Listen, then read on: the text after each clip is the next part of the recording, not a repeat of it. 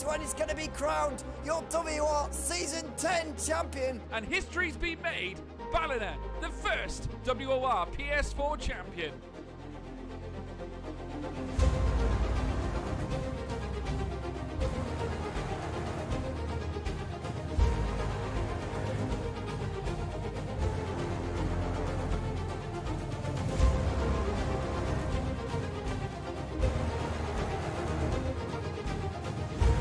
What a championship!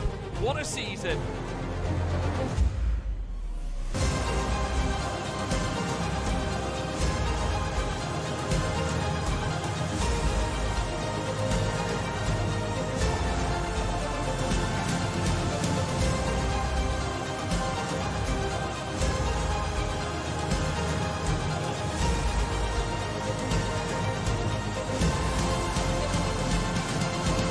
Absolutely phenomenal.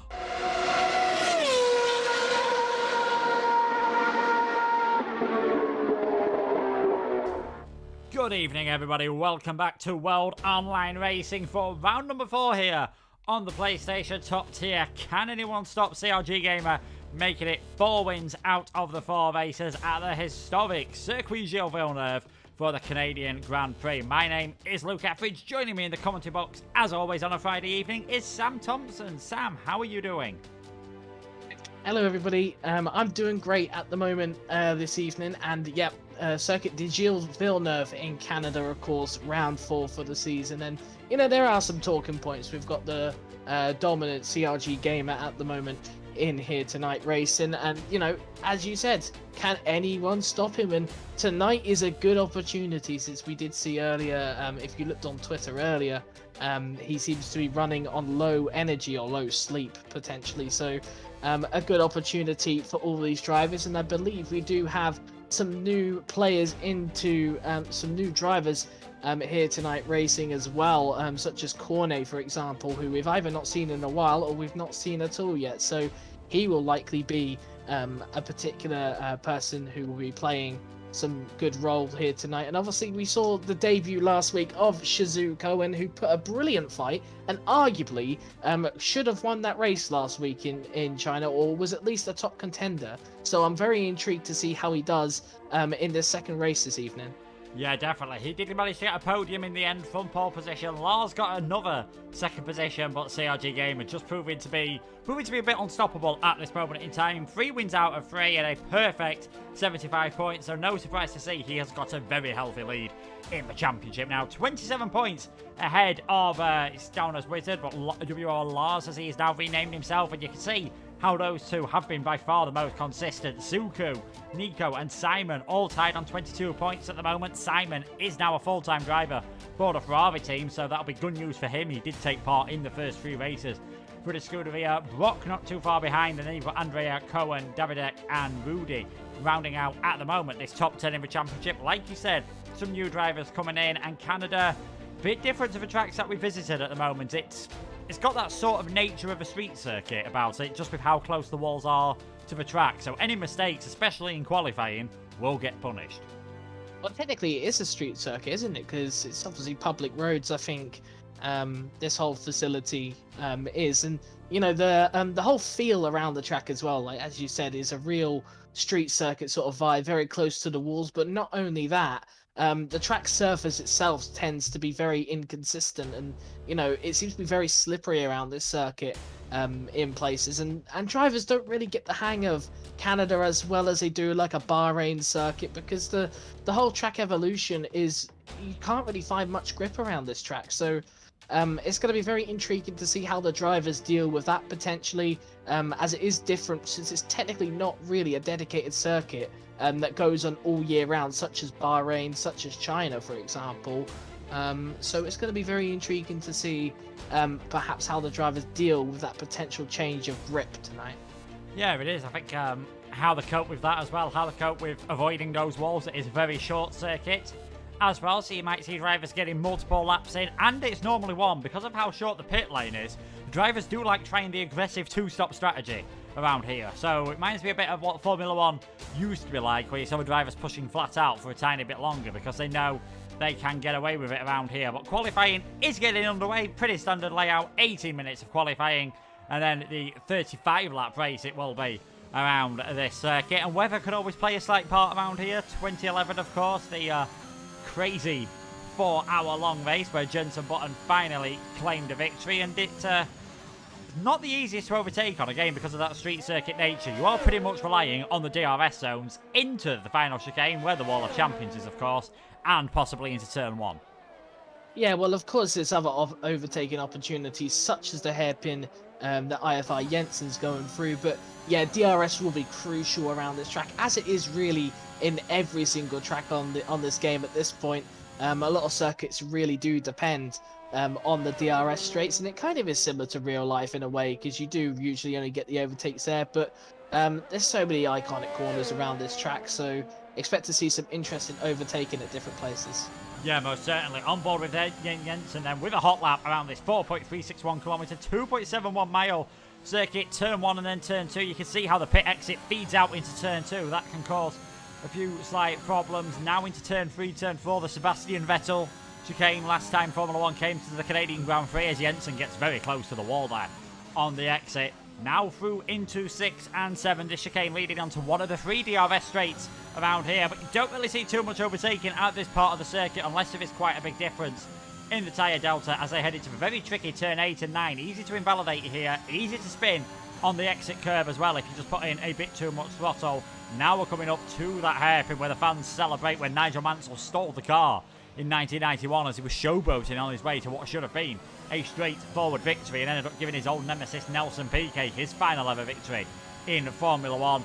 Down this straight now, expect to see plenty of slipstreaming down here as we head into the infamous final chicane. The Wall of Champions, Schumacher, Villeneuve, Hill all found their way in here. Button and Vettel have done as well at different points. He invalidates coming through that chicane, a 109.486 that would have been.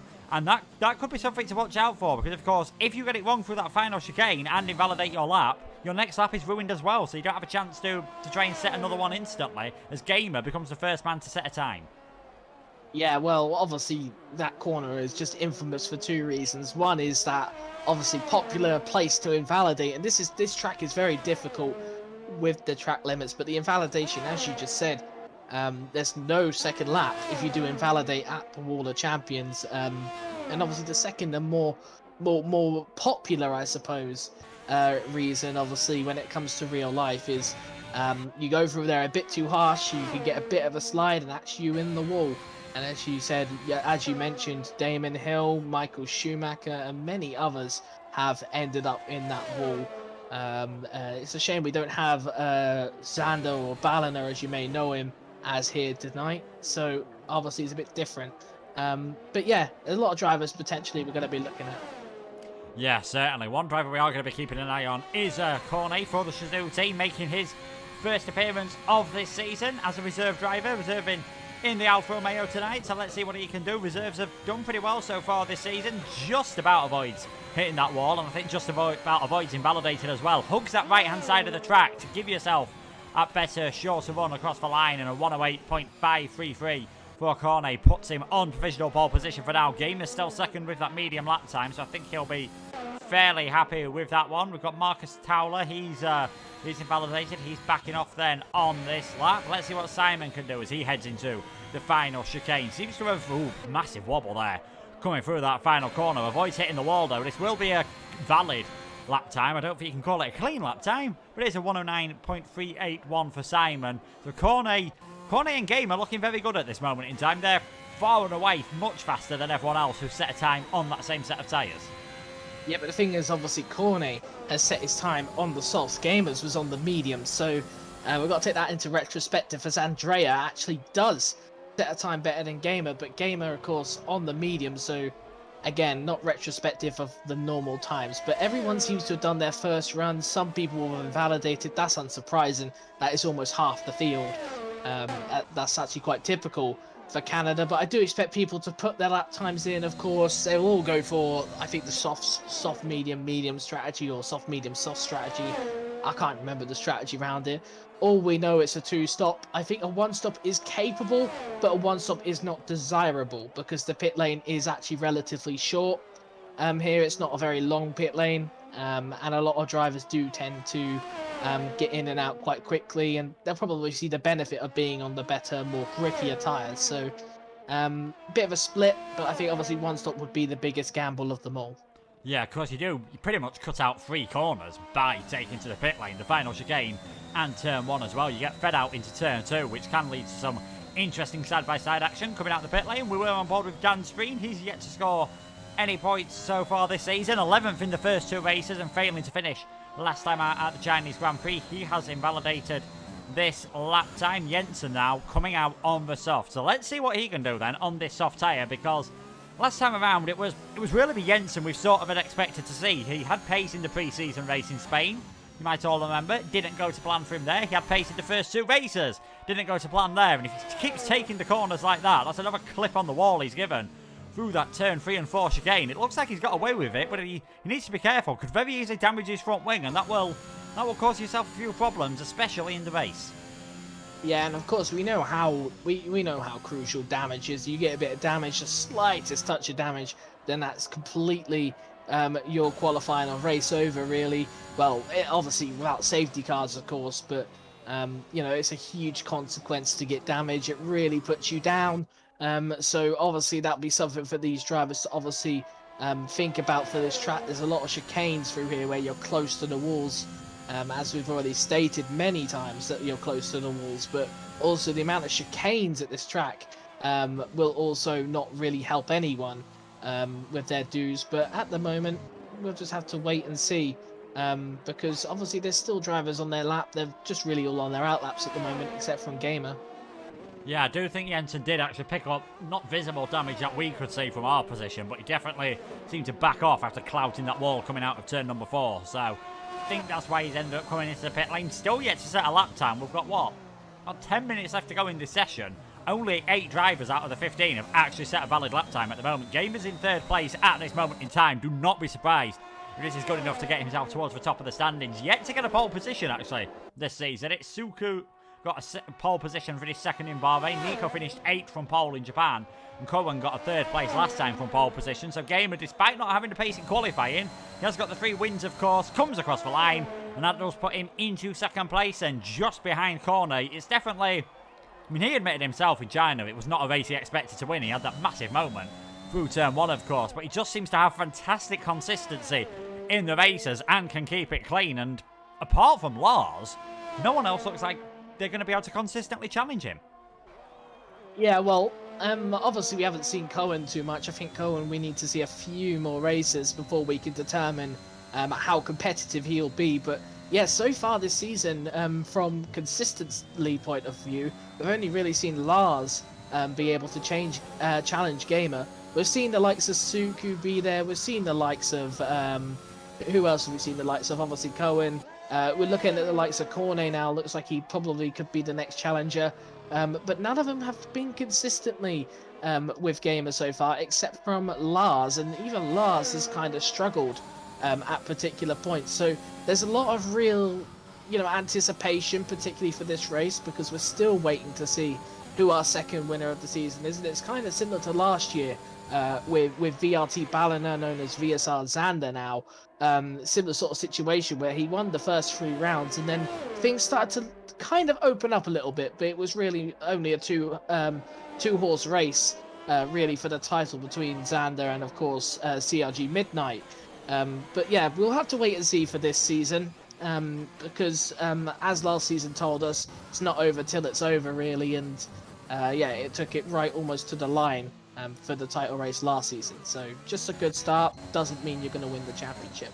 No, certainly. It could definitely help. A bit like, I think, Jensen Button in 2009. You dominate at the start of the season, and then when things start opening up, no one's able to battle you consistently to get close. Rudy then, he gets himself up into 5th place, 108.909 in the Red Bull. He's shown pace on occasion so far this season. We'll go for the Constructors' Championship quickly. Unsurprisingly, AlphaTauri are on the top. 84 points then at this moment in time. Williams, because Lars and Suku have both had good results. If Williams have had a 2nd place in every race so far, they're not too far behind. They're on 70 points. McLaren have 39. Aston Martin 26. Again, Nico and Tom are 2 drivers that have shown some good pace. And that is Alpine, Haas, Red Bull, Alfa Romeo Mercedes and Ferrari yet to get off the mark. And Ferrari have actually got a full-time driver attending tonight, I believe, for the first time this season. Mercedes haven't got one tonight. Enzo and Massina both unable to make it, so they'll definitely be staying on 0 points, which is not something you see too much from Mercedes. Good lap from Marcus Towler last time around, though,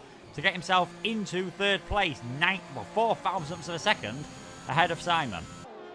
Yeah, it's a good lap from Marcus Towler, and he's one of those drivers that showed a few glimpses of promise this season, but he's really been in that midfield hunt. Really, he's not really showing himself up at the top, but he has looked like he's been good in qualifying, and he has had spots in the race where he's seemed like he could be all right. But yeah, he's had a bit of a struggle of a start to the season, but yeah, it's a good start for his qualifying. I think that's his first lap he's actually put in on the softs anyway.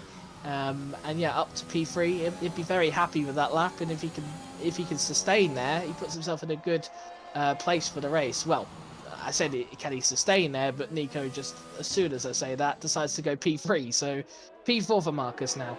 Yeah, good lap from Nico. Second lap on those tyres shouldn't affect him too much in this race. Might cause him, obviously, coming in the lap earlier, so he might find himself getting dropped ever so slightly in the first stint, and I think he's probably going to run out of fuel on his in lap. So another driver who invalidated their first lap on this set of tyres. We have got a yellow flag further round. I think that's just Simon slowing down on his out lap, and maybe Nico slowing down on his in lap, to be perfectly honest. And Jensen, another driver, second lap on those tyres, 108.448. That's a bit more what we've expected to see from him so far this season. So the IFR man gets himself onto the top of the timing charts, and with 5.5 minutes to go on such a short circuit, still got plenty of time to get back into the pits and get another run in. Yeah, well, for Jensen, of course, he's been one of those drivers who we've been speculating for quite a little, for quite some time really, since the start of the season. Obviously, particularly Spain in that pre-season race as well. He's had just so much misfortune really at the start of this season. There's not much really he could really do to improve his game, and at the moment, now that he's now in this good position to potentially be at the top, he wants to take it with both hands. So yeah, on pole position right now, still a lot of time to go, 4 minutes to go, so still theoretically 1 or 2 more runs for drivers depending on what they choose. But for Jensen, that's a good lap, and well, it's not fresh soft tyres, so makes you wonder how much time can he find if he done it on his first lap.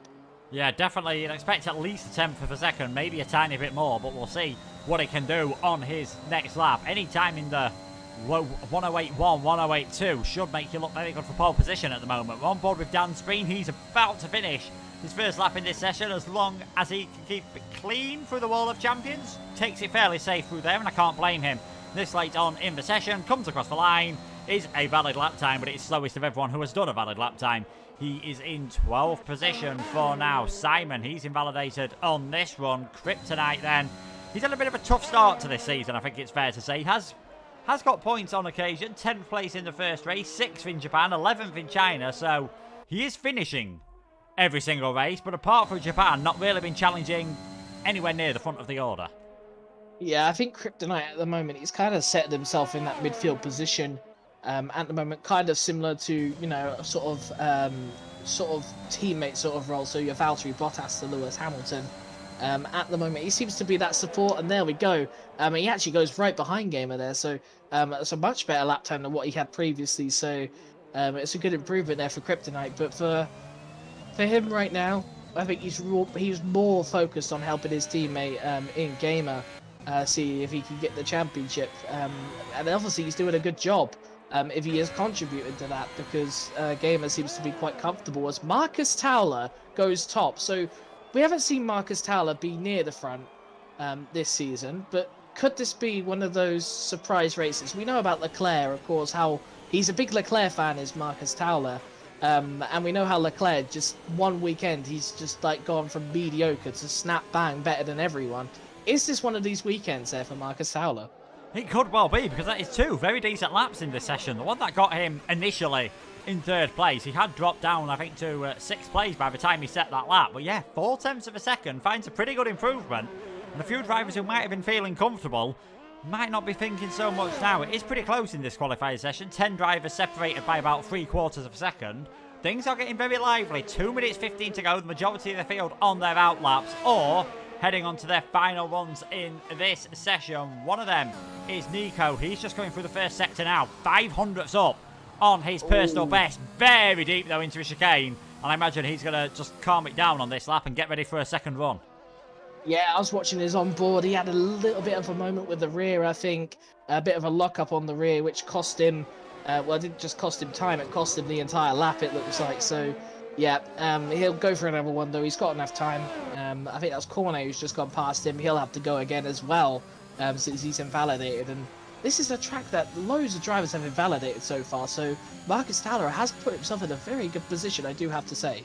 Yeah, that is his final time, though, so he's not going to be able to see the track when it is at its best conditions. There's a lot of drivers invalidating at this moment in time. You've got Rudy, he's keeping it nice and clean at the moment. Jensen looked very close to the back of Rudy's teammate, so I'm not sure whether he's had to back off of this lap, but it does, it does look as though he's not exactly, well, coming down this straight, he's still giving it a bit of a go, but yeah, 1.5 seconds off suggests he has backed off on this lap. So a lot of drivers finding it awkward to get that first lap in on this set of tyres, and they've not got much time to try and get another one in. Santeri, he's coming around the hairpin now. I think he went a bit deep there into it, very wide on the exit. That will compromise your exit. Can he get himself up the order? Took part in one race earlier on this season. Japan reserved for the Williams.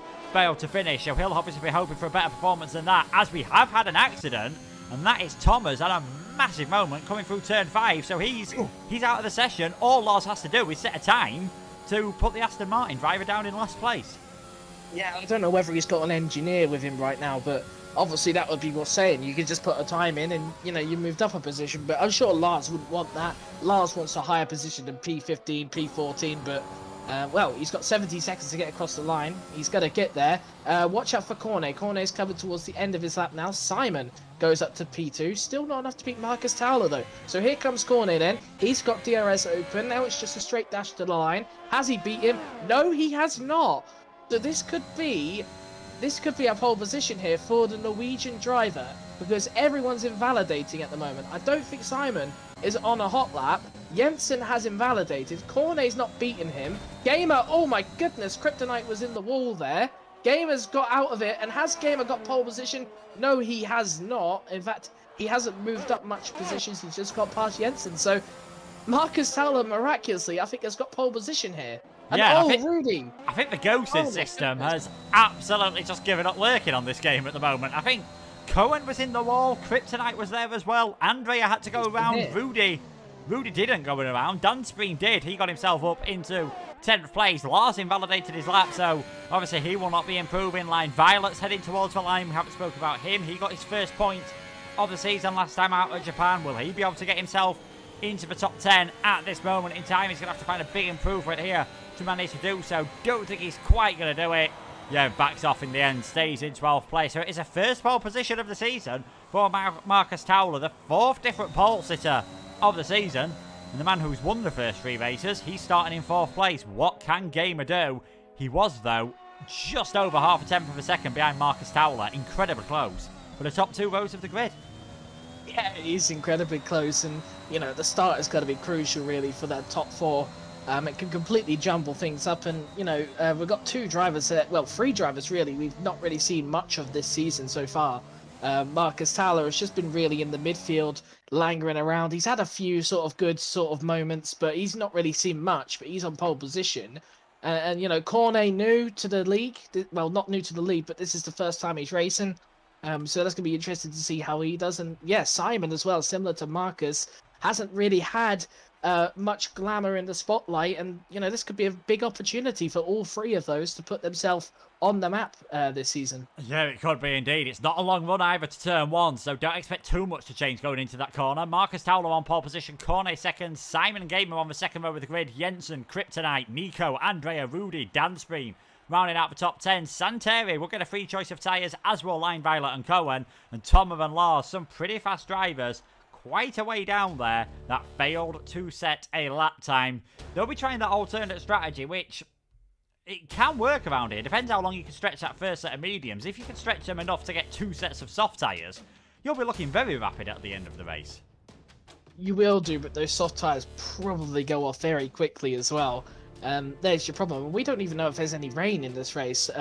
Well, initially it's dry, of course, so That's a good start. So we won't have any intermediate starts. So strategy will obviously play a good factor, but we don't know if there's going to be any rain in this race. There's potentially going to be rain. I'm not too sure whether I can get some update on that, but well, it could be a very interesting race indeed. And yeah, it kind of reminds me of a bit of a jumbled up grid. So it reminds me of back in like the mid 2000s, where at a qualifying system that sometimes meant a Toyota was on pole position and next week a Renault was. So we could see a bit of an interesting. It could be an interesting sort of strategy to play today. Yeah, it could be indeed. You've got some fast people at the back. Lars, obviously, second in the championship. Even if Gamer doesn't win this race, if Lars ends up not scoring any points, it's still going to be an absolutely fantastic thing for Gamer's view of the championship. So we will have to see how things go on the Ile de Notre Dame on the St. Lawrence River, this man-made island in Montreal. 2.710 miles, 14 turns, 3 DRS zones, and plenty of concrete walls to catch the drivers out if they get things ever so slightly wrong. As we look at what the tyres the drivers have gone for, and that is an interesting strategy by Lars. Hard tyres on his car, not ones that you'd see unless you were going for a one-stop strategy, or unless you've gone for the hards because you think it might start raining at the end. I've got no idea what the weather's going to do. I'm just trying to get the logic behind this decision. No, I've been told by Cohen there's no rain expected for the race, so it's completely strategy based for Lars here, and it is an interesting strategy. But if he can make it work, then he can do a one-stop hard to soft.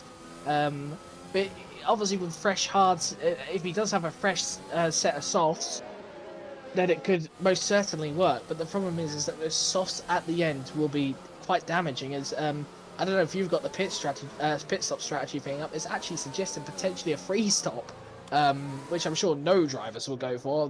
In my opinion, they'll be pretty dumb to do that. But most of these drivers, they will go for a two-stop. And for Lars, could be one to watch out for potentially if there is a safety car either early on or particularly when his box comes in, because all these drivers would have pitted and maybe he may not. So yeah, he's going to be a very interesting one to watch, is Lars. Yeah, it's definitely not going to want an early safety car on this circuit, which could happen, of course. The walls are closed, quite a few battles can happen. We've got some support for Simon in the chat. Hello to everyone that is joining us here. Who will become victorious over the next 35 laps? Will it be Gamer getting it a perfect 100 out of 100 points, or will we finally get a different victor this season? What can Gamer's main rival do from 15th on the grid, clearly going long at the early part of this race? It's going to have to be a mighty performance from Lars to get a decent points finish, never mind getting on the podium or perhaps even challenging for a victory. But Jensen Button won here from the back of the grid, so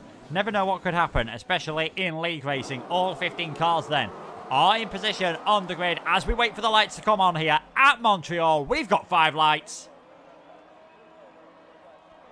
And we're underway then for the Canadian Grand Prix. What are the starts like? It's a fairly decent start by Cornet, but he is going to be on the outside line. Simon's had a bit of a shocker there. Gamer with a decent start as Simon goes extremely deep into turn number 1, and that's going to lose him a few more places. Jensen's managed to get ahead of him as well. Kryptonite and Nico battling in the background. They're all weaving, trying to find their position, trying to sort themselves out into this part of the circuit. Rudy has to cut the grass, trying to get ahead of Nico. He will have to yield that position, and it looks like he has done so enough. Andrea is battling with Santeri in the background, who's had a good start on that set of the medium tyres. He gets himself up into 9th place, but it was nice and clean at the start of this race. Marcus Towler in the lead, escaping ever so slightly from Cornet at this moment in time. I wonder if he's going for a bit on the ERS to try and build that 1 second window.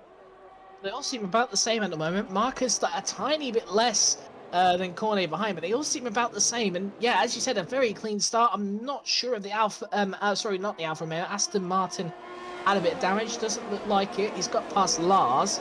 I don't know whether Lars picked up any damage because he's moved back a couple of positions, or whether that's just the hard tyres. But yeah, a very clean start from everyone, which is what we love to see. We don't like to see, obviously, any sort of like crashes or anything. So yeah, great first lap. Everyone seems to be fine with each other in terms of positions, and yeah, no one seems to be damaging each other's races so far. So we're in for a very good evening. We got very close to some damage there. Lars going ahead of Thomas into the final chicane. Thomas having to take to the escape road. I can't imagine he's too happy about that move being done on lap 1. It is very difficult to overtake in that final chicane just because of the speed of it, and the tightness means unless you're alongside, you've really got to have a very yielding second driver to try and get many moves through there. Lars' teammate, Santeri, not doing bad on the medium tyres as well. He gained 2 positions on the first lap of the race. Cohen, actually, the biggest winner, gaining 3. Line Violet, Andrea, both losing 3 positions, so really quite a costly start for them. Ideal for Gamer. He's got rid of at least one of the cars in front of him, and now he can just follow Marcus Towler and Cornet and see what he can do, and both of those cars ahead of Gamer, running very wide into the hairpin on the first lap of the race. And next time around we'll have the DRS. As it stands, the entire field is going to be in one train. It's good news for those that started on the mediums, that they are able to stay with the soft runners. Oh yeah, it's definitely good news for them. I wonder if there's a bit of nerves going on for Marcus Towler and Cornet right now. Obviously, this is really their first time at the front of the field for a little while, obviously for the league anyway. It's definitely been one of the first times, so maybe a few butterflies perhaps, but they will soon delve into the race nice and comfortably. They'll calm down and, you know, they'll stop going wide and everything, but at the moment, they seem to just be controlling it, and, you know, it's not easy to overtake, is it, at the moment? The DRS really only aids it, and, well, with everyone in it, it's not really an overtaking fest to live up upon, but I guess if you've got someone really close, such as Santeri right now, to the back of Rudy, we could be seeing that potentially soon, and, well, Rudy has actually used a lot of his ERS at the moment, compared to those around him, so he'll have to be careful, you know, because he is struggling. Yeah, he doesn't want to be struggling with his pace too much at the start of the race. He's fine as long as he's in the DRS of Nico. And of course, the dirty air is just hindering things ever so slightly, making the car more difficult to handle. Maybe that's why Tomer, as we're on lap 3, has already managed to pick up a 3-second time penalty. We've seen him take to the escape road once after a good start to the season. It just seems to have fallen apart ever so slightly for him at this moment in time. Marcus Towler still leading though. Cornet in second, and fastest lap of the race from Marcus. He's used plenty of his ERS, about 40% at the moment, 70% roughly for Cornet. Gamer, 95%. He knows he can just play the long game, and this is something we've seen him do time and time before. Just qualifying, he admits, isn't really his strong point. He just comes into the race, keeps it nice and clean, and just picks the drivers off, picks the right strategy. It's what we've come to expect. We'll see how he'll do, though, now that he's third man in the train, because, of course, when you're in this situation, you can't really do much but wait for the car ahead to maybe make a mistake, because it is so difficult to overtake. Yeah, and obviously you've got to be careful, because you can make your own mistakes if you wait too long, of course. And obviously the tyres as well do actually take an effect, of course. I have been in some races where someone's decided to sit behind for the last lap, and by that point, their tyres are just gone.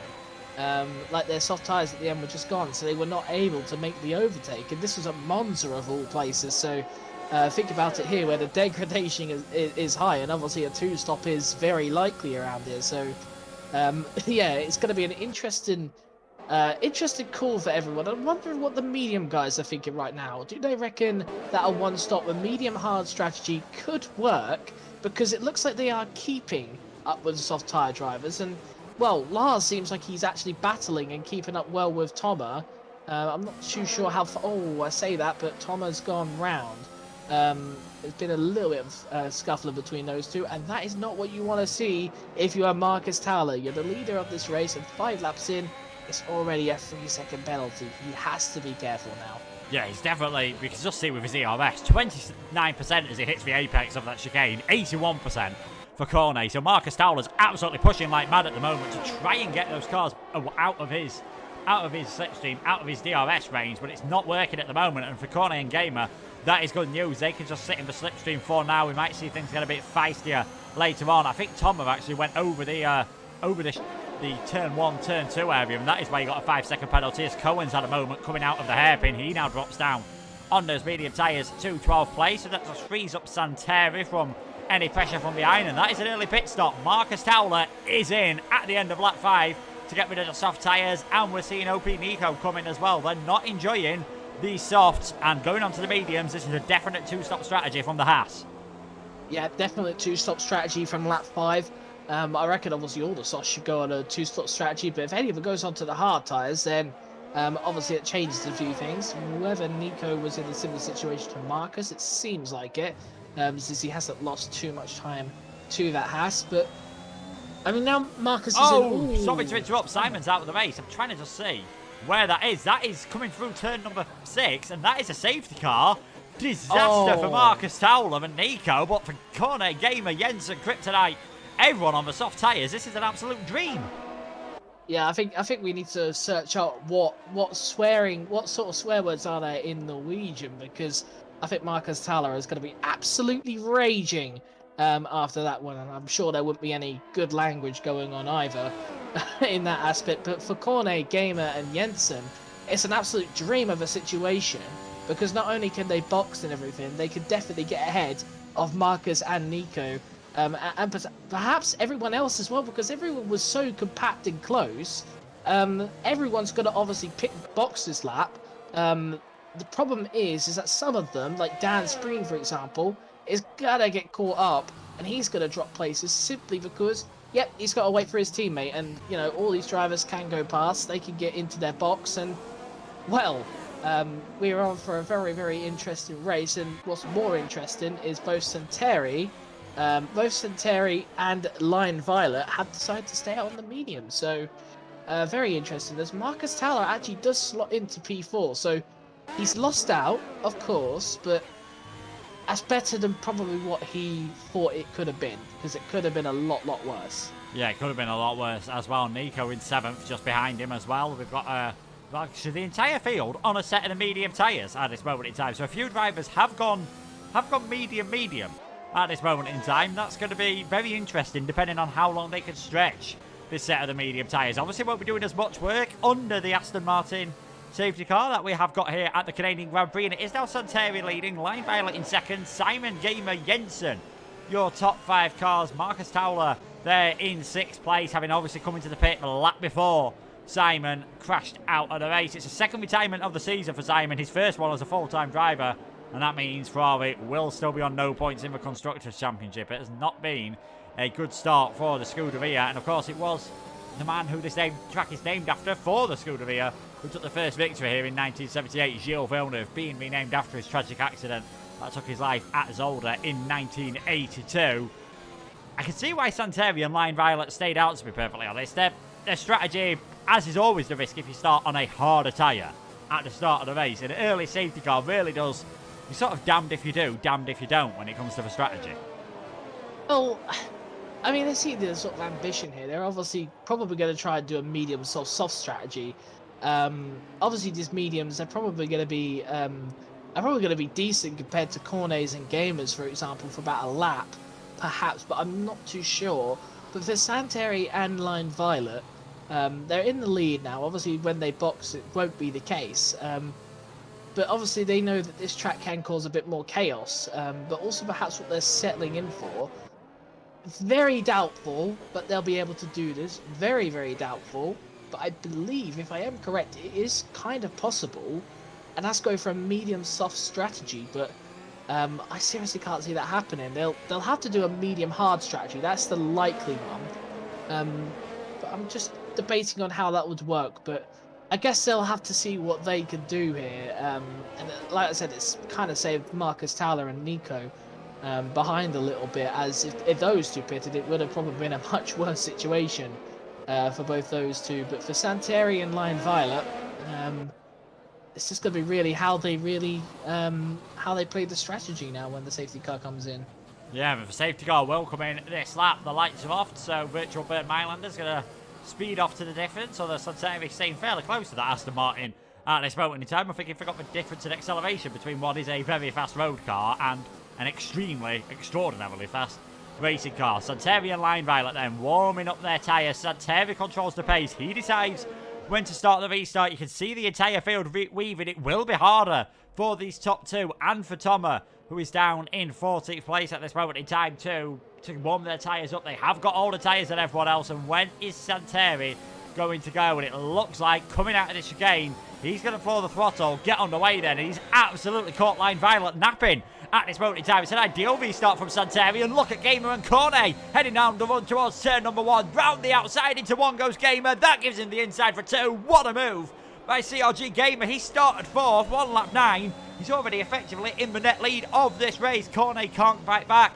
at this moment in time. Jensen not close enough to try and take advantage of that one either. Cornet fought as hard as possible, but very brave on the brakes from Gamer. And he's been rewarded with 3rd place. Now, how quickly they're going to get past Line Violet, because it definitely doesn't look like Violet's got the pace or the temperature in those tyres, and I think Gamer's going to try and go for it quite early here. Is he into turn 8 and 9 perhaps? Not very fair from the Alfa Romeo driver, and that's Gamer up into second. Yeah, and that's also Cornet up to third. It was a bit easier for Cornet, that move, and look at Jensen. Jensen's going for it. Do not tap that Alfa Romeo in front of you of Cornet. And for Line Violet, he's just thought, oh, he's had a bit of a moment with Marcus Towler there. He's dropped back about several positions now. He's about to lose another one to Rudy, so definitely not the restart for Line Violet. Marcus Towler going defensive against Nico. I wouldn't have thought Nico would go for a move here. Be a bit silly of him, so yeah, he has backed out. But yeah, what a move from Gamer, though, I do have to say. You know, he's getting quite used to these squeezes, though, into the corners, isn't he? And I think that's really helped him and aided him, because he's so used to them now. He just doesn't care. He's confident enough to make the move and get going. And although Santeri has got quite a good lead, and he actually has got quite a way, he's not using much ERS either, so Santeri seems to be running fine, but Line Violet, well, he's just had really a nightmare of a start, hasn't he? Restart, hasn't he? I think that happens sometimes. If you get pushed off line, obviously, especially when you've got a bit older and a bit colder tyres, things just start going from bad to worse. He's now outside the points. All of a sudden, this has really not worked out well for the full-time Alfa Romeo driver. Lars has got himself up into 9th place with all this shenanigans in the pit stops as Dansbreen picks up a penalty. So, chance of good points, still looking good for Lars, and he might be able to go on the softs at the end. If he does have to go on to mediums at the end of this race, he's got a fresh set of mediums left, of course, as he started on the hard tyres. Some of those around him might not. Those who started the race on the soft should have a fresh set of mediums. Game has gained about 0.4 of a second on this lap to Santeri at the front of the field, and he's dragging Cornet along with him. DRS will be activated this time around. I wonder if the Alfa Romeo driver is going to try thinking about a move, as we've got a yellow flag, and that is Line Violet out of the race, coming through the final chicane, and that is another safety car. Okay, this is going to be well interesting now, because is Santeri going to pit? Because he didn't pit last time, but if he pits this time, he knows he's going to be right at the back of the field. I believe Thomas didn't pit either, and Thomas at the back of the field. So, a very interesting one, really, I had to say. I don't know whether any of them are going to pit. Gamer's in AI right now, so he's obviously checking something. Either penalties it is, or potentially strategy, whether everyone else is on the same as him. So, whether these guys are going to pit, or whether someone's going to try and make hards to the end, I don't know, but it's going to be interesting to see for Santeri and particularly Tomer as well, because they could be in for a potential interesting race from this point. Yeah, I think it's probably a couple of laps too early for a fresh set of mediums to be able to make it comfortably towards the end of the race, which would have been, even for Santeri, might have been good news. He could have come into the pits, put the softs on for a lap, come back in for a set of mediums, and then you've met the both types of tyre requirement. But here we go, Santeri is slowing it down into the pits. It looks like the rest of the field is carrying on, so how we see it is pretty much what we expected. Now Gamer is into the pits, Lars coming into the pits. Is he going to gamble maybe on a set of mediums towards the end of the race? Or, well, no, obviously he'll have only had one set of hard tyres, and I can't see him going on that set of hards. And it is another mediums for Santeri and another set of mediums for Lars. This can only be to try and get to the end. Surely, I can't see them doing a two-stop. Tom has gone for hard, so he's gone for the safe strategy, and obviously he's going to make that to the end. Well, I would have thought he would have made that to the make that to the end. So for Tomer, this is his strategy over. Like, you know, he should be able to go right to the end now.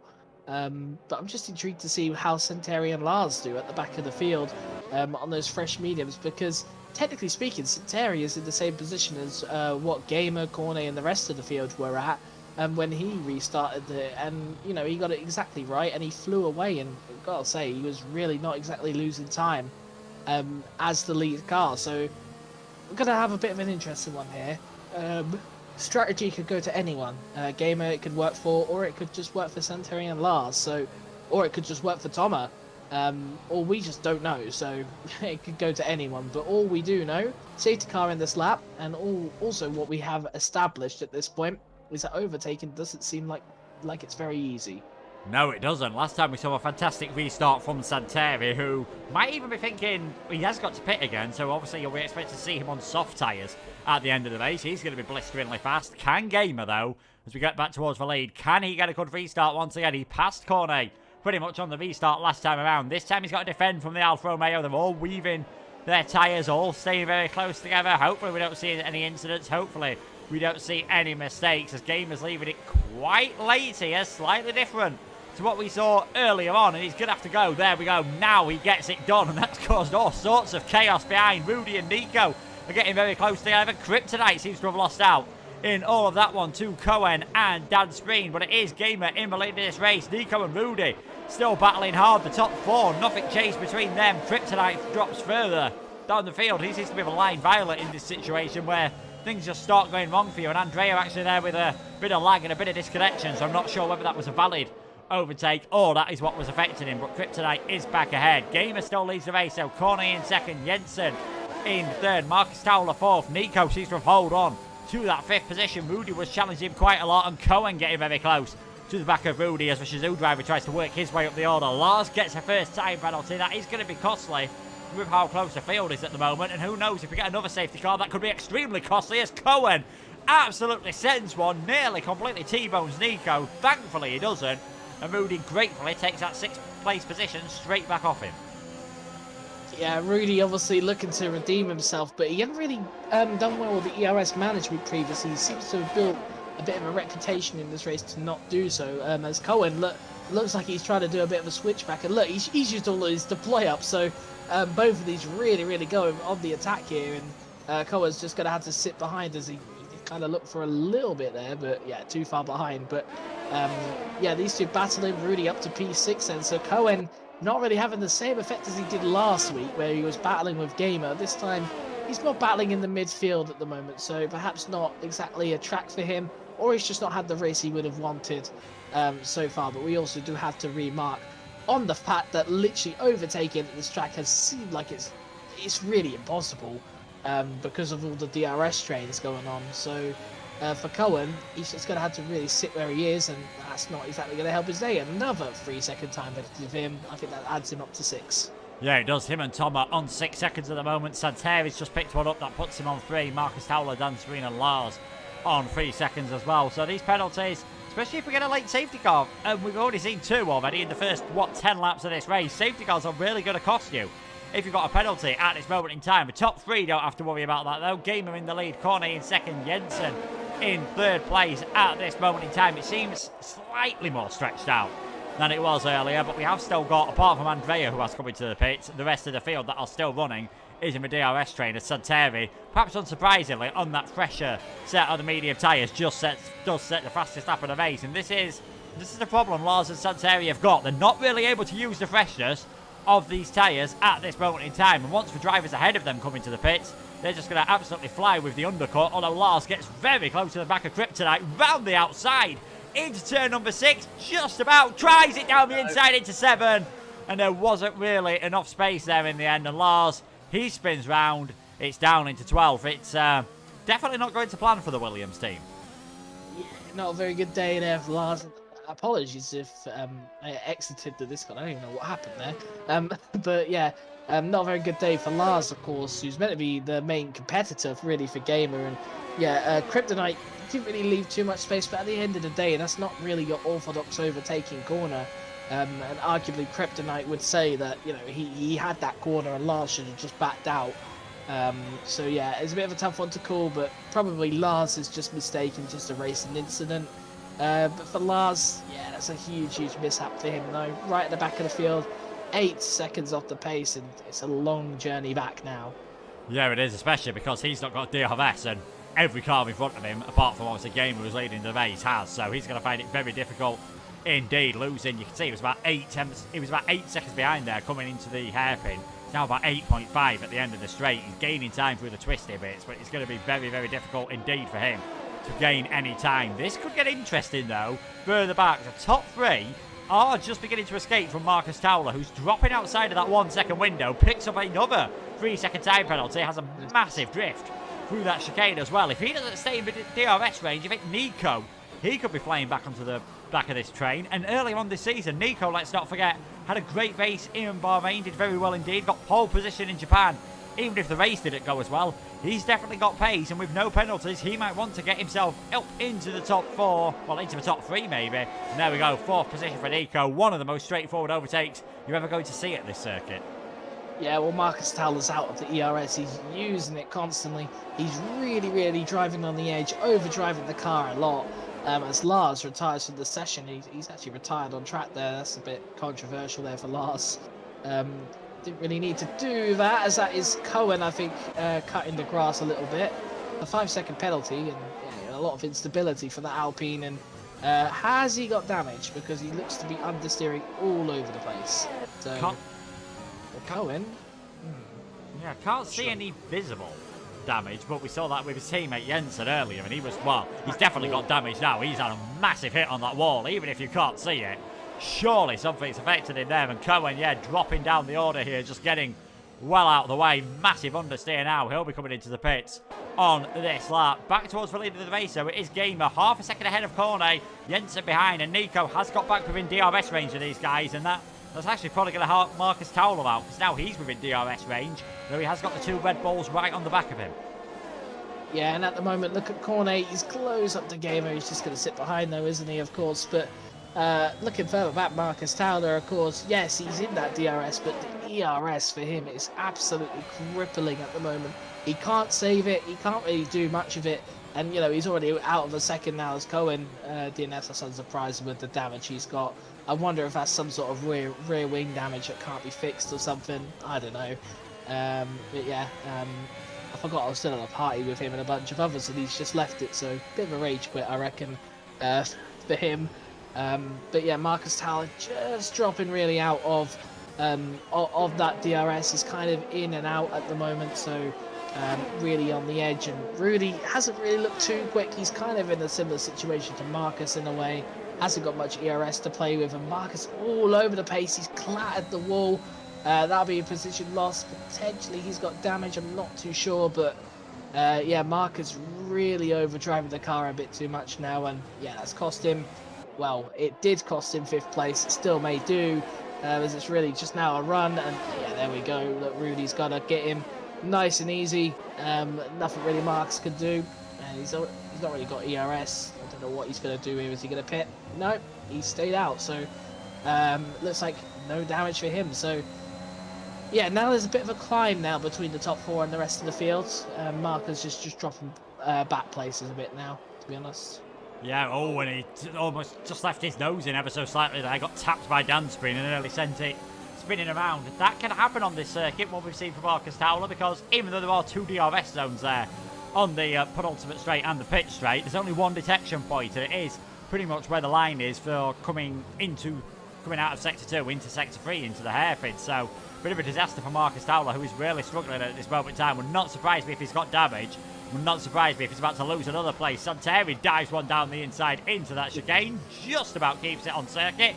He's now up into 7th, and things are going from bad to worse for the Haas driver, who it's going to be worth staying in this race at this moment in time, because there are only 11 drivers. 1 more retirement, and everyone who finishes is going to be guaranteed a point, as Kryptonite tries to make it work round the outside. Not able to do so. He's in 9th place at this moment in time, recovering from what was a bit of a difficult restart earlier. Marcus trying every trick in the book to try and defend. Back at the front of the race, so Corney's dived one down the inside, I think completely missed the chicane. Looking at the exit that Gamer's got, and these two are going side by side here, and Gamer there stays in 2nd place. Yeah, Cornet really now taking the lead. I just noticed he's took the lead. We've been so focused on this battle in the midfield with Marcus dropping places. He's now pitted. But yeah, Gamer losing the lead now, so Cornet looking to try and get into the lead. But the undercut does work quite nicely, I would have thought, around this track, considering you're needing to make a 2-stop. So the undercut could work well for Marcus Towler, even though he's lost a lot of time. And also there's a lot of free air as well. Where I say that, he's got a McLaren behind him, but it looks like he's got well out ahead of that. So for Marcus, he's going to be definitely looking to make up places from like Kryptonite and Folk again. But for these guys at the front, could be a very interesting race. It just depends really when they all pit.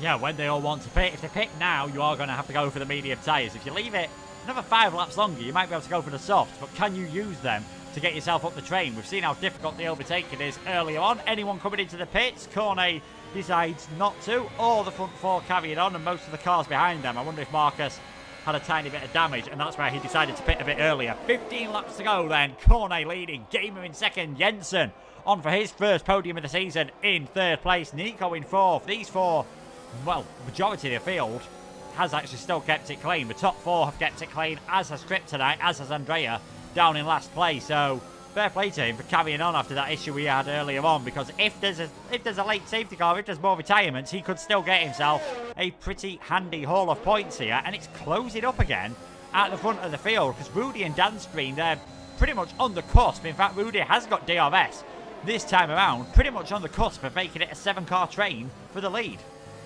And now it is a 7-car train for the lead at the moment. But these guys, they'll get in, but they won't really do much, unfortunately, because, you know, we've already seen at the front how difficult it is to get close. You know, I'm sure Jensen would love to overtake, but this makes me wonder, why are none of these guys considering just pitting for the undercut? It looks very tricky to overtake, and, you know, the softs don't last forever. They do go off relatively quickly. If one of them pits this early on and everything, they could potentially do a nice little undercut and potentially cause a lot of trouble, as Rudy's lost a couple of positions. Is that damage? I'm not too sure whether he's had a little moment as Kryptonite pits, so that's why Gamer wasn't pitted this lap. Yeah, so I know they were in a practice session together before the race. I think Rudy skipped the chicane and just still got a 3-second time penalty for it, and lost places to Dan Spreen and Santeri. So that's good news for Santeri, as he's got fresh and medium tyres. He's probably going to think about going onto the softs, I think, and just trying to use the most of these mediums. He'll be lightning fast at the end. How high up the order can he get? Marcus Towler, unsurprisingly, sets the fastest lap of the race. Will get the gap to the leaders. Kryptonite's 22 seconds off the lead of this race. Not really expecting him to obviously feature in the battle for the win, but if he keeps it clean with how close things are, you never know. Could still maybe top 5 finish, definitely still on the cards, maybe even a surprise podium. We'll have to wait and see how things go in this race. And I think this time around, surely we are going to see maybe at least one car come into the pits. Will it be Cornet? Will it be Gamer? Gamer gets very close to the back of Cornet, both of them deciding to stay out. In fact, all the top few cars staying out, and Santeri has got his way past Dan's screen. He's now up into 5th place. How quickly can he get onto the back of these lead 4 cars? Yeah, Santeri obviously going to be a little bit behind, but he's definitely doing that medium soft strategy, so he's going to be dangerous for the end. But I wonder if all of them are going for the medium soft strategy now, because they all seem to be favouring staying out, even though we've seen Marcus Towler look very quick on those fresh new mediums, of course. And they probably will see the same with Kryptonite soon, as he'll be challenging for that fastest lap. So, bit of a surprise, really, in my opinion. None of them decided to pit, but we will just have to wait and see. As Kryptonite, he hasn't exactly gained much time on everyone. He's still at 22 seconds behind the leaders. Whether that's just something down to the leaders being quick, or Kryptonite just not being quick enough at the moment, but he is closing on Tomer, etc. So we know he's relatively quick at the moment. But the leaders, surprisingly, I still am expecting at least one to pit very soon. But who knows? We'll just have to wait and see, as they're coming now towards the Wall of Champions. Any of them thinking about it? No. They're all still staying out. So bizarrely, I think they're just all waiting till the softs, because they're probably aware of Santeri. Yeah, and I think that is going to be probably lap 26, maybe lap 27. Of course, the mediums have lasted longer. They've done 2 safety car periods, the majority of them. Santeri's only done 1 on this set of the medium tyres, so they're not put anywhere near that same amount of loading in. Cornet got pretty close to being overtaken there by Gamer, and of course Gamer not wanting to go for it at this moment in time, tactically deciding to stay behind, and that allowed Jensen to get very close, and Santeri has got right on the back of this train. Tomer picks up another time penalty. That's 12 seconds now for him at this moment in time, as he's trying to get those hards, which he will do, to the end of the race, but it's been not ideal whatsoever. 12 laps to go. Still, 5 cars trying to fight for this lead in this race. Santeri does have a time penalty, but he's still looking good to get his first points of the season as a reserve driver for the Williams. Now this lap, I'm going to say it, no one's coming into the pits, because softs, you're probably asking a bit too much of them, and mediums, you're not going to get the benefit of that extra tyre life if you come in this late for that set of the medium tyres. So now that I've said that, I expect to see at least one car dive into the pits, now that I've said No, they've actually all decided to actually all paid attention to me and all staying out on circuit. 11 laps to go. It's getting very close indeed. And look at Nico. He's having to defend from Santeri. Yes, and Terry looks very quick. That's because these mediums are gone, isn't it, for these front runners? For those towards them, like Santeri, not really the case. So Santeri is going to be right on the back of Nico, and surely these guys have got to potentially consider pitting this lap because those medium tyres are literally ruining right now. And for Santeri, he's obviously going to be on the better tyres right now.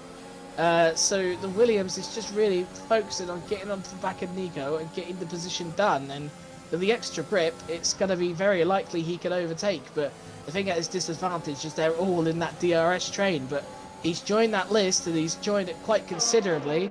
And this list now has started to gain, as here comes Dan Spreen and Rudy as well. And Kryptonite has made some sensational gains in the last couple of laps. He's now 20.2 seconds off them. So at the moment, I don't know how long a pit stop is, but Kryptonite looks actually quite favourable to join this battle.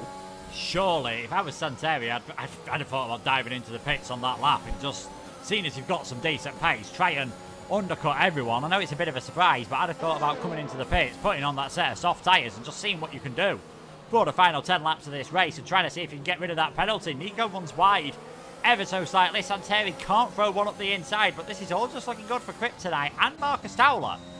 Of course, let's not forget, Kryptonite's now 20 seconds off the lead of this race. I think you do only lose about 17, 18 seconds here, but that is going to bring Kryptonite and Marcus right into play for things.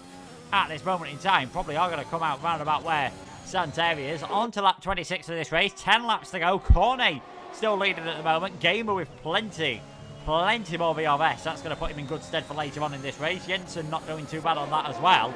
Now Santeri, now that he's been held up by these guys, that has brought Dan Spreen and Rudy along with it. And surely, for example, if you're Rudy or Dan Spreen, one of you has to come in so you don't get stuck in a double stack situation that we saw earlier on, because one of you will lose chunks of time. Yeah, well, obviously all these drivers and everything, they're all in the trade now. So, yeah, surely someone's going to break the ice and actually pit. And there we go, Nico, finally someone into the pit. So Nico obviously has seen the threat of Santeri. He's holding them up. He's likely to cause a bit of an incident. So Nico's just said, yeah, I'm going to go into pits, see what I can do. You know, this is going to be interesting to see whether the likes of Kryptonite or Marcus Towler, whether they've been able to overtake them. This is actually going to be relatively close, isn't it? Between Kryptonite and Marcus Towler. There goes Kryptonite. I think Nico will have him. Yeah, there we go. But gotta think, in about a lap or two, if they go a little bit longer, that could really put Cornet, Gamer, Jensen, Santeri, and Danspreen in a bit of bother, really. As Kryptonite and Marcus Towler could be on the back of these guys. Yeah, and if I was these lead guys, I would be using pretty much all my ERS now, because I think we're going to see Nico look very handy indeed, depending on how quickly he can get the soft tyres working. Cornet has a bit of a side there. We saw Marcus Towler pick up another penalty. He's still pushing hard, of course. Does look like he is going to get at least 1 point for his troubles. At this moment in time, Cornet and Gamer heading down towards the pit lane. Are either of them going to come into the pits? No, not this time around. They've all stayed out ever so slightly longer. But the soft tyres just that useless around this circuit. As, oh, Marcus Towler, as I think I've given the commentators cursive, I said he should get some points. He has a spin. He donuts. Can't see any damage on his car again. That is going to allow Andrea to get a lot closer to him. 8 laps to go. When are the majority of these leaders going to come into the pits? Because Nico, he's only 15 seconds behind now. He's on for the victory as things stand. Yeah, Nico has really made the strategy work. I have no idea why none of these guys on those old mediums decided to think, Nico at the moment has just gone into the soft, so why don't we do the same the next lap? Like, all of them are staying out on mediums. They're not going to make mediums to the end. Or, well, I'll be very shocked, but I think only Santeri has got that up his sleeve. I did say that maybe he'd risk this soft medium strategy. Just maybe for Santeri, this could work, but he's got 7 laps to go. He's got 5 lap fresher tyres, and at the moment, on 21 lap old tyres, these guys don't seem to be urged to pit. Someone who I reckon probably will pit this lap is Gamer. No, he doesn't. They stay out for another lap. They're obviously trying to go to the end. Surely they're going to have to go to the end now, because if they don't go to the end, they've lost position to Nico. In fact, they've probably lost it by quite a considerable amount. And Centauri, obviously, looks like it'd be pretty confident that Centauri can make it to the end. So this is just mental, isn't it? I don't know what's happening here. Cornet's made a bit of a mistake there, and Jensen gets very goodness. close. Centauri says thank you very much. He's up into third. The problem is, Sam, Centauri started on the medium tyres. He's got to come into the pits for a set of softs. He's got absolutely no choice, or he'll get disqualified here. Centauri's now all over the back of Cornet. That's great news for Gamer. The rest of them that haven't come into the pits, are only pitted under the safety car, can get towards the end legally. It's just whether their tyres can actually make it towards the end. But I think you're right now. They've left it too long. They've got no choice. They've just got to try and make this work. And Nico, he's just hoping that they start getting punctures or start getting into big tyre pace trouble at the end of this race. Oh, we looked at Cornet and everything. He looks to be really, really struggling for grip. So really, these tyres are surely coming towards an end. But for these guys, it's been a real hit or miss here. They are definitely going to the end. I cannot see them not. Centauri is such an interesting one, though. Why is he not pitted? Because he's now not only... Because obviously, you said he has to pit again. He's not only lost positions to Nico, he'll lose it to Toma as well. Oh, Cornet's had a massive bit of oversteer there. He's caught it, a bit of wheel spin, should I say, out the exit of the corner. So really starting to struggle is that Alfa Romeo. But saying about Centauri, he's lost positions to Nico. He's lost it to Toma. He's most likely lost it to Kryptonite now as well.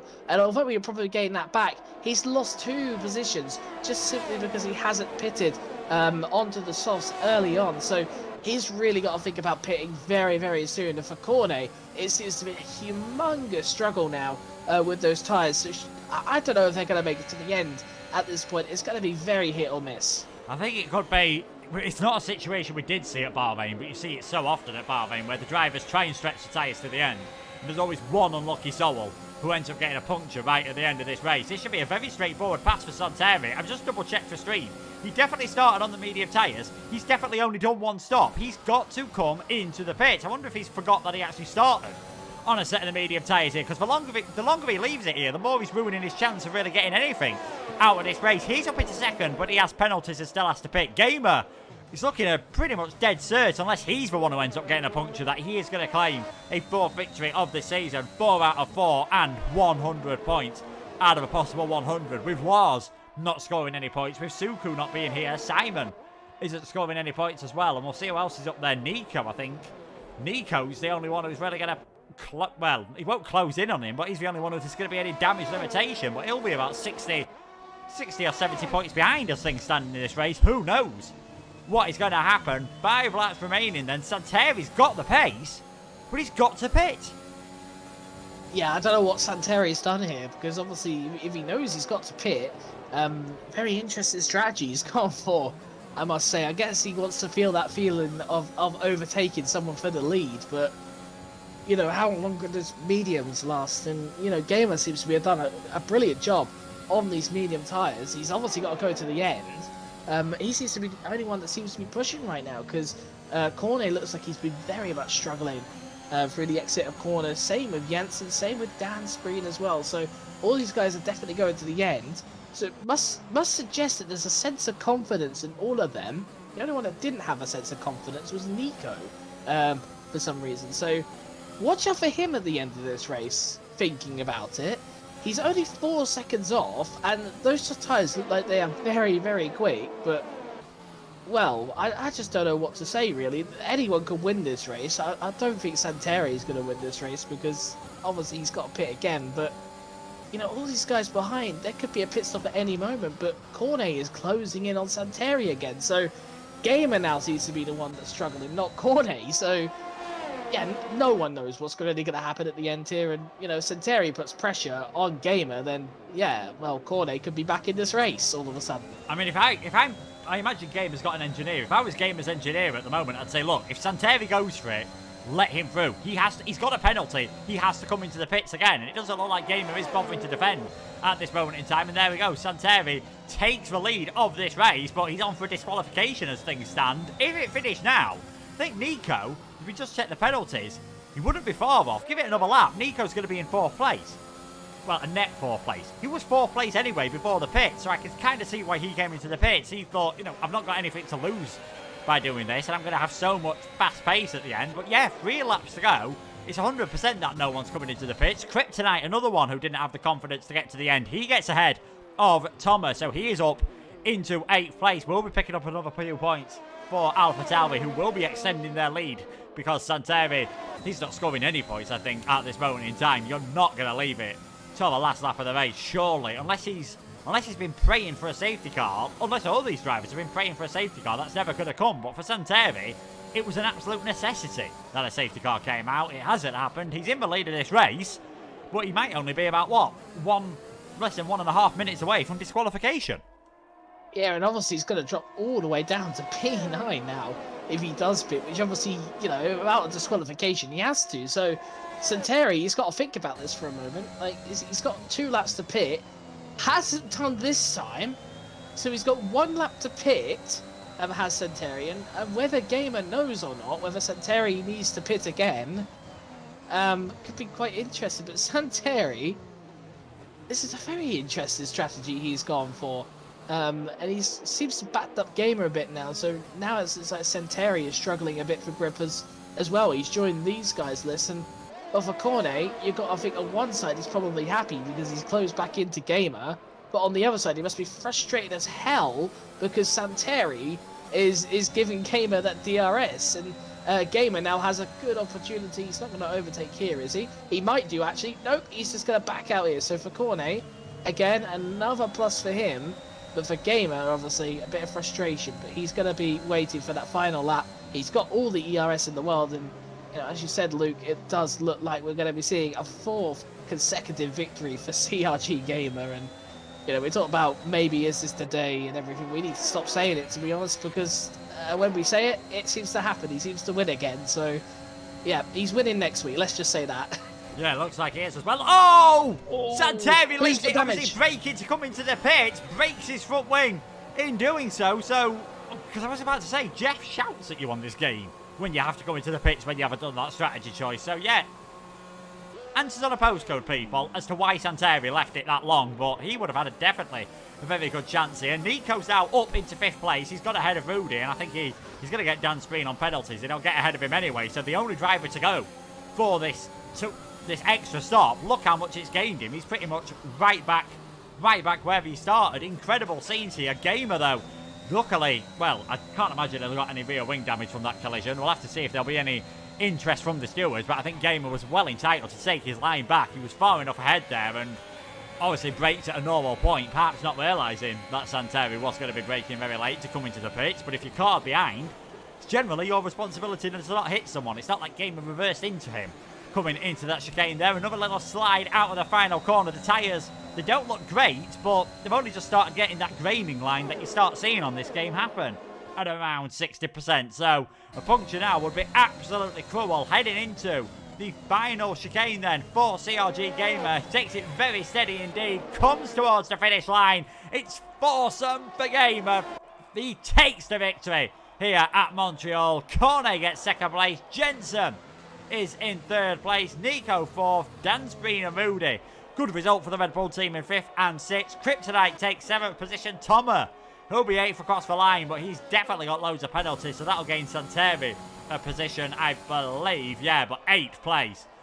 Not what he had wanted whatsoever. If he'd have just pitted when Nico did, could well have got himself maybe even beating the Red Bulls. Tomer in 9th. Marcus Towler from pole position, only managed to get 1 point in the end. A bit of a disappointing race. Andrea came home in 11th. We'll just check that quickly because I'm not sure whether Marcus would have been under any pressure on penalties in the end. I don't believe he would have done. Santeri gets driver of the day from the in-game fans, but I think you can't argue. Gamer, he got it right at the key moments. It's another victory. And is there any stopping him? He's already got, I imagine it's something like a 50-plus point lead, and we're only 4 races into the season. You know, we say in league racing, of course, well, we say in any sort of thing, consistency is key, and, well, we've kind of seen it here, haven't we? Like, at the start of the day, Lars, who hasn't scored any points, let's remember, you know, he was on 48 points, wasn't he? So, yeah, it's a 52-point lead now, because I don't think really anyone, realistically, unless they won the race, was actually going to catch up with Lars, and obviously no one won the race because Gamer won the race, so yeah, it's a 52-point lead, an overwhelming lead in the championship now for him. And yeah, I mean, is he just unstoppable this season? Who knows?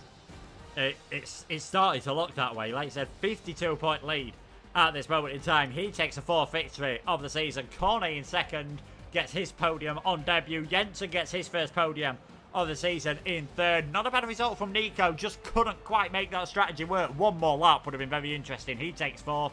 Danspreen and Moody get points in fifth and sixth. Kryptonite, Santeri, Toma, Andrea did beat Marcus Towler at the end. And then Cohen, Lars, Lion Violet, and Simon were the retirements from... I think it's definitely to say we didn't expect that three mediums to last until the end of this race, but it does seem to be that on F1 2021 the tyres do last that slight tiny bit longer, and maybe we're a situation where the one stop is the best thing to do at Canada, especially when they're with a couple of safety cars, which if there hadn't have been that second safety car, who knows, maybe we'd have seen plenty of punctures for medium runners at the end. But Britain, I believe I heard, you could literally take sauce from start to finish. Of course, you'd have a risk of a puncture, but they wouldn't reach 100%. So that's very remarkable. I have to say, if that is the case, and yeah, it seems to be a seems to be a general trend with this game that we do actually have the tires go off a lot less, and drivers can actually go right to the line even on a one-stop strategy. When we all speculated this was going to be a two-stop, like even the pit stop graphic thing said it was going to be a two-stop, and it wasn't. So, yeah, again, just remarkable. But they all made it to the line. They all got there nice and easy, and well, Gamer another win and 52 points clear in the championship. Remarkably. Yeah, not bad whatsoever. Not bad for someone who was surviving on pretty much zero sleep. As well, we have got some drivers starting to head into the podium interviews, so we will start then. We'll drag him in. We'll drag in a man who is becoming a very familiar scene in this commentary box. It is CRG Gamer, a fourth victory of the season, 52-point lead in the championship. Everything just went well for you today. Yeah, pretty much. Probably not so much the qualifying, but that's nothing new, I know. Yeah, it made it very interesting with the strategy with the safety cars, because I don't know what everyone else's plan was, but I definitely did not intend to go to the end on those medium tyres until it happened. So, yeah, it was quite close. I think Nico would have got it with literally one more lap, but yeah, when I saw the amount of cars in the train, I didn't really want to risk doing that, and it paid off in the end. So, yeah, it was pretty good. Yeah, definitely did pay off. Tell us about the the decisive move that you got on Cornet. DRS pass, but even then, it didn't look the most simplest. It did look like even with the DRS, a lot of the times drivers were struggling to get close enough into that final chicane to make a move. Yeah, I mean, the trouble with this track, of course, is with the final chicane, you can't go in there side by side, so you need to be ahead by the chicane. Otherwise, one of you is going to come off far worse. So, yeah, it's quite difficult, and probably the best place to overtake is into the first corner, but again, getting the run through the chicane is very difficult. So, yeah, I think that's what makes it difficult to overtake. But, yeah, if the car ahead of you doesn't have the DRS, it makes it a little bit easier at least. Yeah, certainly. Sam, you have any questions for Gamer? No real questions, but obviously congratulations on a fourth straight victory. And of course 52 points leading the championship now. So yeah, congratulations. Thank you. Yeah, well, we'll let you head off, Gamer. We know you've got other places to be tonight, so congratulations on yet another victory. Thank you. We'll start now actually with a man now who got third position in that race. It is IFR Jensen. Congratulations, first podium of the season. You've been showing pace, obviously, like in the pre-season races, just not quite getting the look. But finally, that first podium of the season, you must be delighted. Oh yeah, long time coming. I mean, after the first three races, it's been like I've been crippled in all three of those races, potential podiums here and there. But I mean, yeah, really happy that with that one. But yeah, it was quite a difficult one in the end. Pretty much just sitting in the train. I had corner do of Sebastian Vettel, think turn 3 and turn 4, which scared the life out of me. Luckily enough, didn't manage to pick up another penalty, but yeah, it's pretty much just sitting in the train, I think, all race. But yeah, still a podium. So We heard Gamer say that he was initially planning to do a 2-stop strategy, but when he realised how big the train was and that most people were staying out quite late, he went to the 1-stop. Was that similar for you, or as soon as, I imagine after the second safety car, did you then start thinking actually the 1-stop might be the best idea here? I was on for the 1-stop anyway after the first safety car. I think my strength on this new game is probably stretching the tires. It's like Chinese, so I could manage to do the soft to medium strategy, which seems to be the quickest way around most of the tracks.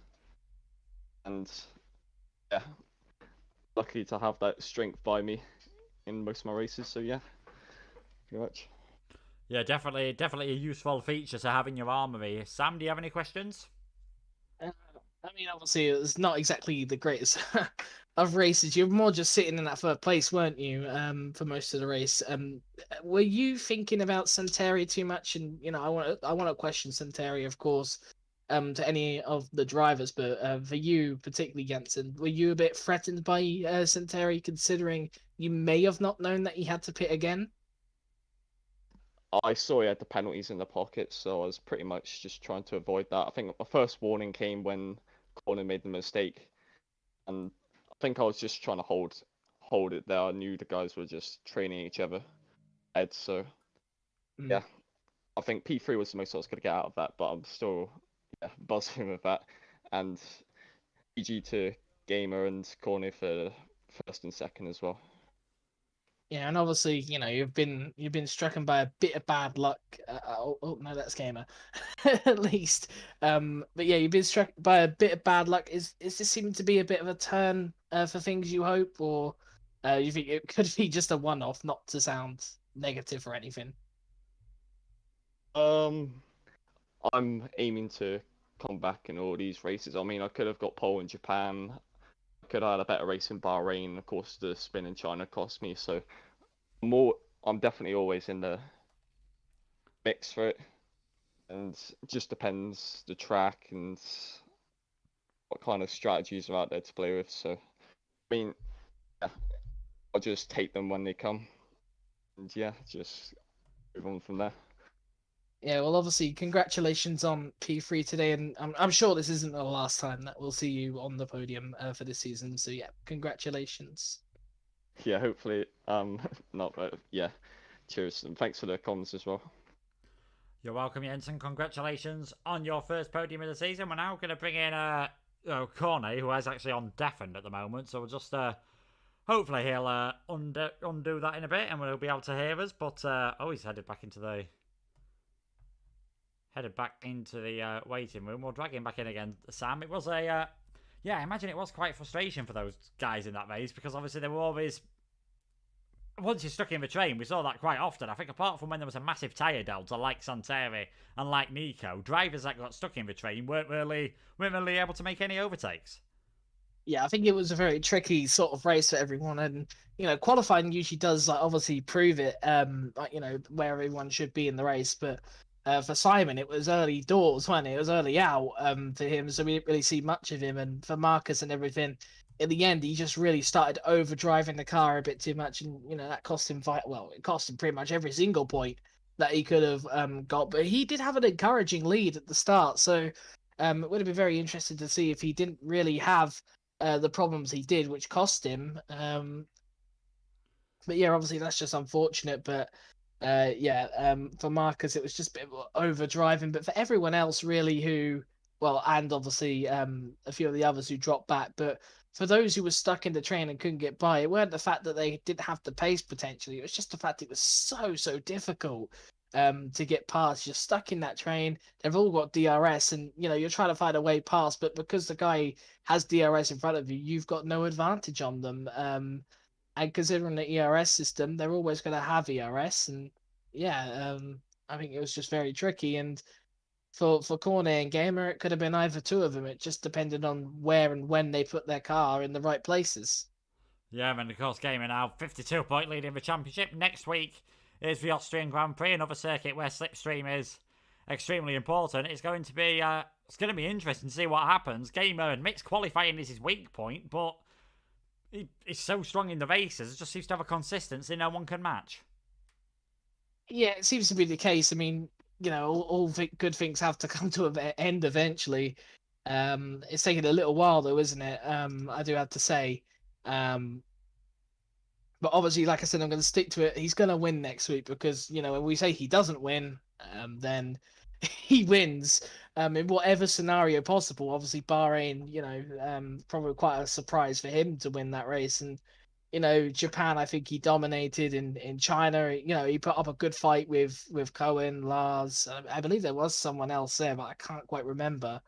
But that was a good battle. And, it's not like Gamer has been the proper standout in every single race, is it? Like, he has had people competing for the victories with him and probably looking like they could have took victories. And, Bahrain is a prime example. So it's not like, he is completely invincible to being not in the lead of a race or not being the favorite to win a race. It's just the fact that, he keeps it calm, keeps it consistent, and keeps himself collected. And that's what's really driven him to the victory so far this season. And he's going to be a tough one to beat. But these drivers know the more this goes on and everything, the more complacent perhaps Gamer will become, and possibly could lead to a complete big downfall eventually. So for Gamer, he's just going to be thinking calm, moving on to the next one and see what he can get. But these guys, they're putting up a challenge for him, but he just seems to keep prevailing at the moment. Yeah, certainly. It doesn't seem like anyone can throw anything at him. Don't think we are going to hear from Cornet, unfortunately, which is a shame, but you'll be able to hear plenty more from everyone at WOR. There is more action, of course, on Sunday. It is round number 7 of the season for the PC tier. George Morgan and Ginger Andy taking you through that. And then on Monday, it's the next round of the Xbox tier, of the top tiers. And then you've got some of the lower tiers from Tuesday to Thursday. We'll be back on Friday, round number 5 of the season at the Red Bull Ring. And can anyone stop the Alpha Tauri, the Red Bull Junior team, claiming another victory? Gamers had a perfect 100% start to the season. Can he make it 5 out of 5 at Austria? Tune in next week to find out. Thank you to all the drivers. Thank you to Sam for joining us in the commentary box. Thanks also to you guys as well. And we will see you next week at the Red Bull Ring. Take care of yourselves and goodbye.